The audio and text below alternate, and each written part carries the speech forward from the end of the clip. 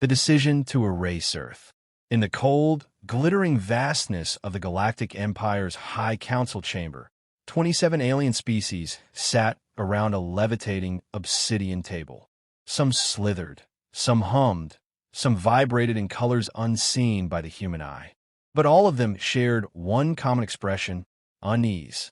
At the heart of their unease was a single image: Earth. The hologram hovered midair, spinning slowly. A blue and green marble, harmless in appearance, primitive compared to the thousands of advanced civilizations represented here. And yet, time and again, this tiny world defied logic, science, and survival itself. "They refuse assimilation," rasped the Grand Speaker, a creature of pure bone and steel from the wolf species. Its voice scraped like rusted metal. "They defy regulation. They spread unchecked, chaotic, reckless. They are dangerous." Murmurs rippled through the council. A crystalline being from the Athari Alliance chimed in, voice like shattering glass. "They still war among themselves. They poison their own planet. And yet they rise. Faster than projected. They mutate. A sphere of living gas pulsed uneasily. Unpredictable. Uncontrollable. Unacceptable." The word spread like wildfire through 1,000 galactic minds. Unacceptable. For centuries, the Galactic Empire had enforced a brutal but effective peace. Planets that rebelled were silenced. Species that grew too fast were culled. Humanity, however, was a riddle wrapped in paradox. Their technology advanced at rates unseen in any other species, yet their social behavior remained erratic, aggressive, illogical. They invented machines capable of wiping out worlds, but also painted sunsets and wrote poetry about dying stars. And then there were the stories. Myths, legends, tales of creatures, monsters, magic. The kind of cultural artifacts the Council's analysts could not decode. Earth wasn't just technologically volatile. It was spiritually fractured in ways no other civilization was. "They resist control," the Volf Grand Speaker declared, rising from its seat. "We cannot wait for their corruption to spread. We dispatch the Devastator-class planet killer. We eliminate Earth." No one objected. It was unanimous. The command was sent. Light years away, on the world called Earth, none of this was known. In the frozen heart of Siberia, amidst ancient forests untouched by time, something stirred. A hut, crooked and rickety, stood on two massive chicken legs. Bone fences rattled in the wind. Skulls with glowing eyes lined the path. And inside, hunched over a boiling cauldron, sat a figure far older than any nation. Her skin was as wrinkled as tree bark. Her iron teeth gleamed in the firelight. Her long bony fingers danced over ancient symbols as blackbirds perched on the windowsill, cawing warnings only she could understand. Her name had been whispered for centuries. In children's stories, in nightmares, in forgotten prayers. Baba Yaga, her blind eyes snapped open. She had heard the whispers, felt the ripple through the old magic. Something unnatural from beyond the stars was coming. A wound in the fabric of existence. The other humans, so young, so fragile, knew nothing. They would look up at the sky and see nothing but stars. But Baba Yaga was not just of Earth. She was of something far older. The bones of forgotten gods and the breath of things long dead still stirred in her veins. With a slow, terrible smile, she rose. Her house groaned and shifted, the great chicken legs digging into the frozen soil. The skulls lit one by one with unholy green fire. In the distance, the wolves howled. Baba Yaga opened her creaking door and whispered words not spoken since the first breath of the world. The house lifted off, into the sky, higher, faster, through clouds, through the atmosphere, until the air gave way to the black sea of space. There were no engines, no science, only the old ways, the forgotten ways.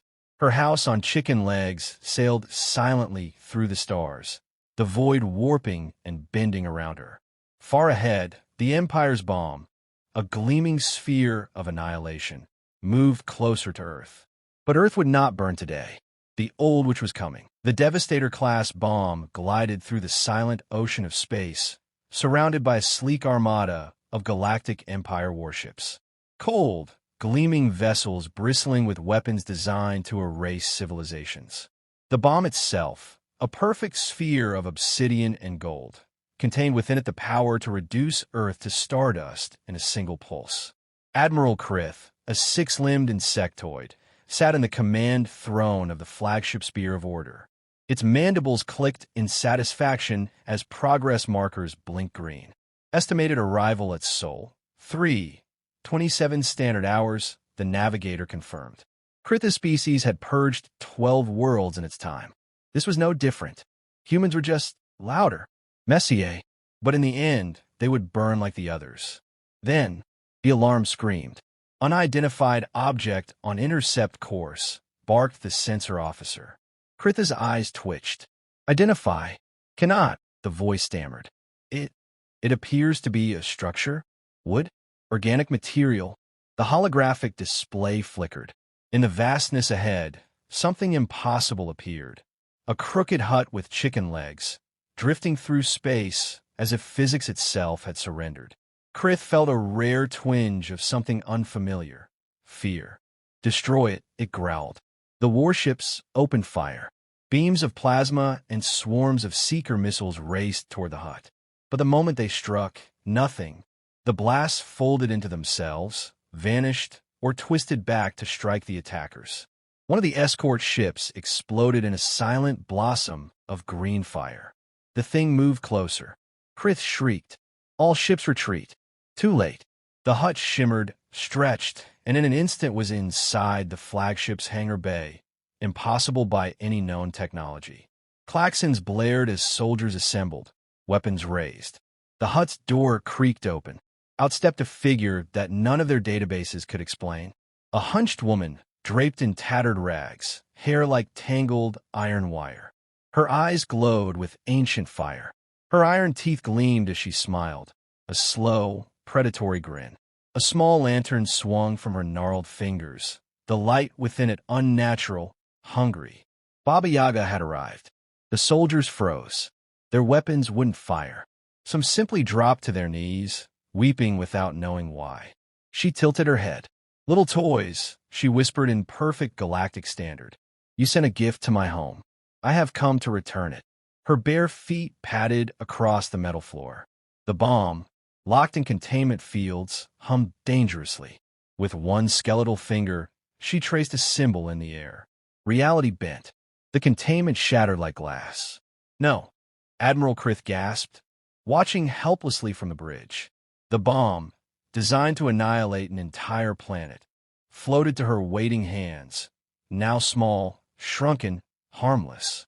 She tucked it under her bony arm as if it were a basket of bread. The soldiers broke, some fleeing, others collapsing, minds fractured by the sheer wrongness of what they witnessed. Baba Yaga's voice echoed through the metal halls.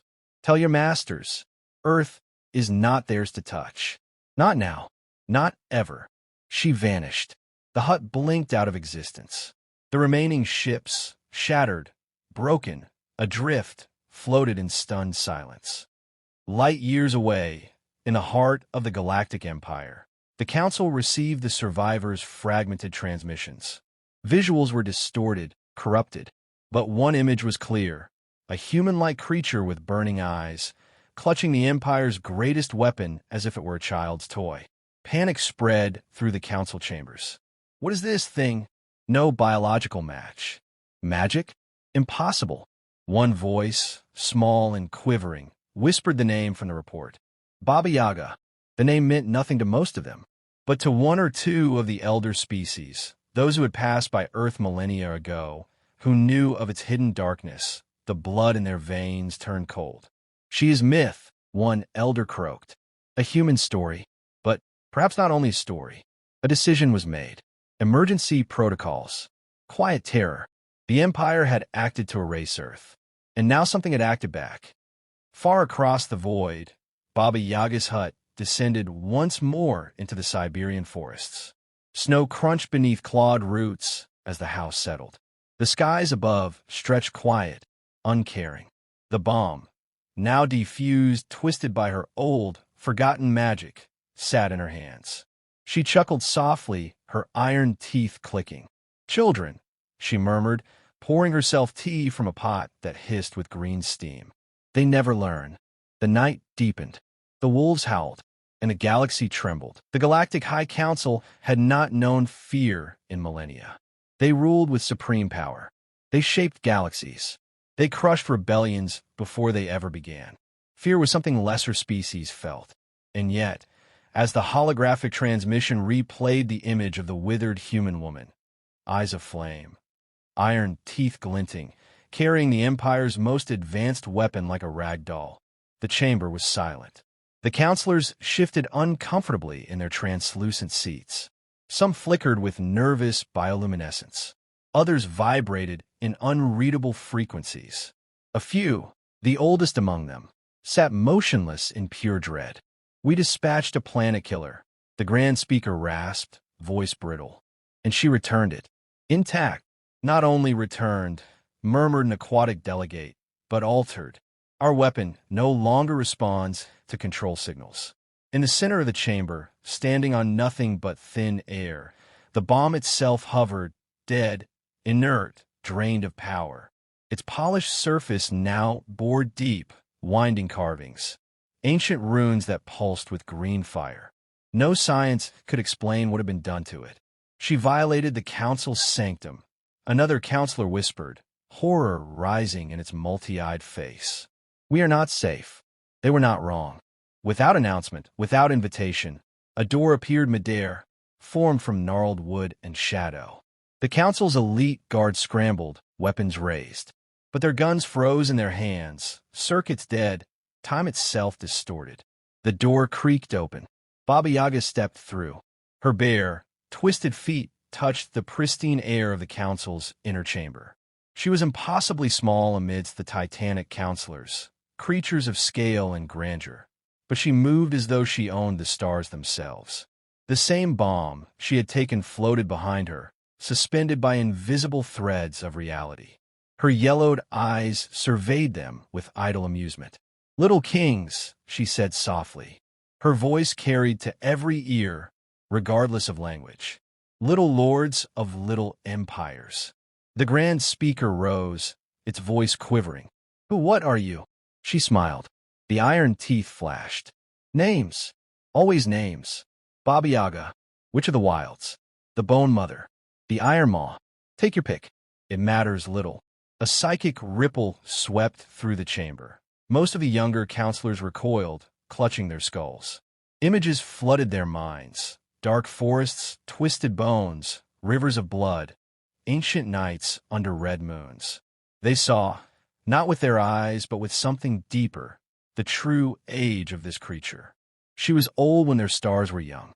She was hunger and memory and the echo of death itself. "I have come," she said, "because you threatened my kin." The holographic earth still spun behind them, fragile, unaware of its narrow escape. Baba Yaga's gaze flickered toward it with something almost fond. "Humanity," she continued, "is not yours to take. You do not understand them. You do not want to understand them. Be grateful for that." One of the younger counselors, barely old enough to comprehend true mortality, shouted, "You are one being. We are the Galactic Empire." Baba Yaga's chuckle was soft, almost gentle. "And yet here I stand. And you cannot even lift a finger." The floating bomb cracked. The runes along its surface flared brighter. With a flick of her bony finger, she dropped the weapon to the chamber floor. It clanged harmlessly, nothing but dead metal now. "A gift returned," she whispered. "A warning given." The Grand Speaker tried to steady itself. "You are an aberration. A myth. We could." Her eyes burned. The temperature of the room dropped. "You could," she said quietly, "but you won't. For a heartbeat." Every star in the minds of the counselors flickered dark. In that moment, they all saw it. The possible future. The suns extinguished. The planets hollowed. The bones of their people piled in towers beneath skies of ash. The witch walking among the ruins, barefoot, humming. And then the vision was gone. Baba Yaga smiled softly. "Let Earth be. It is the only kindness you'll ever receive from me." She stepped backward through the door. It vanished. The council sat in perfect silence. None dared speak. In the cold forests of Siberia, Baba Yaga stirred her cauldron once more. The iron-boned house creaked beneath a blood-red sunset. On the ground beside her, the disassembled bomb now grew roots, an impossible metal tree, bearing fruit that glowed with ghostly light. She cackled to herself, feeding bones into the fire. And far, far above, the stars watched in silence. The fear of Earth. The Galactic High Council was never the same again. Long after Baba Yaga had vanished, the most powerful beings in the known universe remained frozen in their seats, some shaking, some whispering prayers in forgotten tongues, others simply silent. The bomb still lay in the center of the chamber, powerless, inert, transformed into something no technology could explain. The decision was unanimous, though unspoken. Earth would never be touched again. The official record would later describe it in sanitized diplomatic terms: non-intervention with Sol 3 and permanent embargo on human engagement. But the truth was simpler. The Empire was afraid. The Council's analysts tried to understand what had happened. They scoured ancient human data, folklore, myths. They unearthed names like Baba Yaga, Kashii the Deathless, the Leshy, the Chernobog. Dark, wild things that should have remained the stuff of superstition. But what terrified them most was the realization that these were not myths to humans. They were memories. Humanity had always told stories of monsters, witches, and deathless beings because somewhere in their fractured history, such things had once been real. Perhaps still were. And perhaps, somehow, humanity itself, this loud, unruly, unpredictable species, was protected not just by technology, but by something far older and far more terrifying. For the first time, the mighty Galactic Empire feared a planet not for what it built, but for what it remembered. On Earth, however, the world moved on, blissfully unaware of its narrow escape. The news spoke of politics, economics, and climate shifts. No one noticed the faint shimmer in the northern skies, nor the strange magnetic waves detected by distant satellites. Scientists shrugged off the anomalies. Humans, in their endless march forward, barely paused. But in a remote corner of the Siberian wilderness, something ancient had shifted. Baba Yaga's hut stood quiet, perched on its chicken legs beside a frozen lake. Smoke curled from the chimney. The twisted, disassembled pieces of the Empire's bomb had taken root in the soil, becoming something unnatural, an iron-barked tree with silver leaves, glowing softly in the snow. Baba Yaga sipped her tea by the fire, her ancient eyes half-lidded in amusement. She had not intervened for centuries. Wars, plagues, disasters. These were the natural churn of human life, and she had watched them with distant indifference. But this, an outside hand, reaching toward her world, that cannot be allowed. Her fingers traced symbols into the frost on her window. She could still taste the fear in the air, the way the alien minds had cracked under the weight of her presence. The way even their most terrible weapon, so proud, so precise, had crumpled like dry paper before her. A smile tugged at her iron teeth. They would not come again. Far above Earth, across the stars, in the darkened halls of galactic power, humanity's name was rewritten. Where once they were cataloged as emerging primate species or technologically unstable, the new designation read: Class X anomaly, unassailable. Engage at extreme risk. Alien children whispered of Earth the way human children whispered of ghosts. Entire civilizations began to avoid the blue planet, not because they feared the humans themselves, but because of what stood behind them in the shadows of time. The Galactic Empire had countless weapons, countless fleets. But against this, against a thing that should not exist, a being of myth made real, they had no defense. Time passed. The iron tree grew taller, its silver leaves catching the moonlight. Baba Yaga sat by her hearth, mending old bones, singing songs no living human remembered. The world turned. Seasons changed, and high above, the stars themselves learned caution. In the end, the story would fade, as all stories do. Humans would never know how close they came to annihilation. They would never know that somewhere, Out in the black sea of stars, their planet had been marked as forbidden, not by treaties, not by diplomacy, but by terror. All they knew was their own chaos, their own wild hearts, and their own endless drive to push forward into the unknown. And somewhere, deep in the Siberian woods, an ancient witch watched over them still. Her iron teeth glinted, her house shifted its crooked legs, and the galaxy, in its infinite vastness, would never dare knock on Earth's door again.